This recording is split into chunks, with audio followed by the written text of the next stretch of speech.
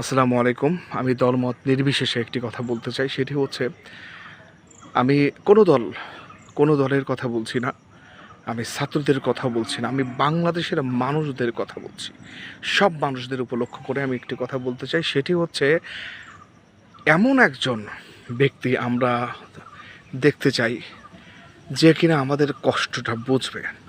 যেমন এই যে চালের দাম, নুনের দাম, হলুদের দাম, তরকারির দাম, প্রত্যেকটা দ্রব্যমূল্যর এত পরিমাণে দাম।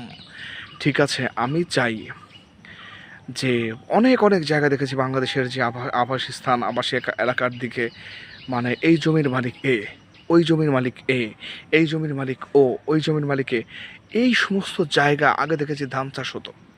আগে দেখেছি আমরা ধান চাষ হতো, এখন আর ধান চাষ হয় না। কত হাজার জমি বাংলাদেশে ফালানো আছে যেখানে কোনো চাষও হয় না।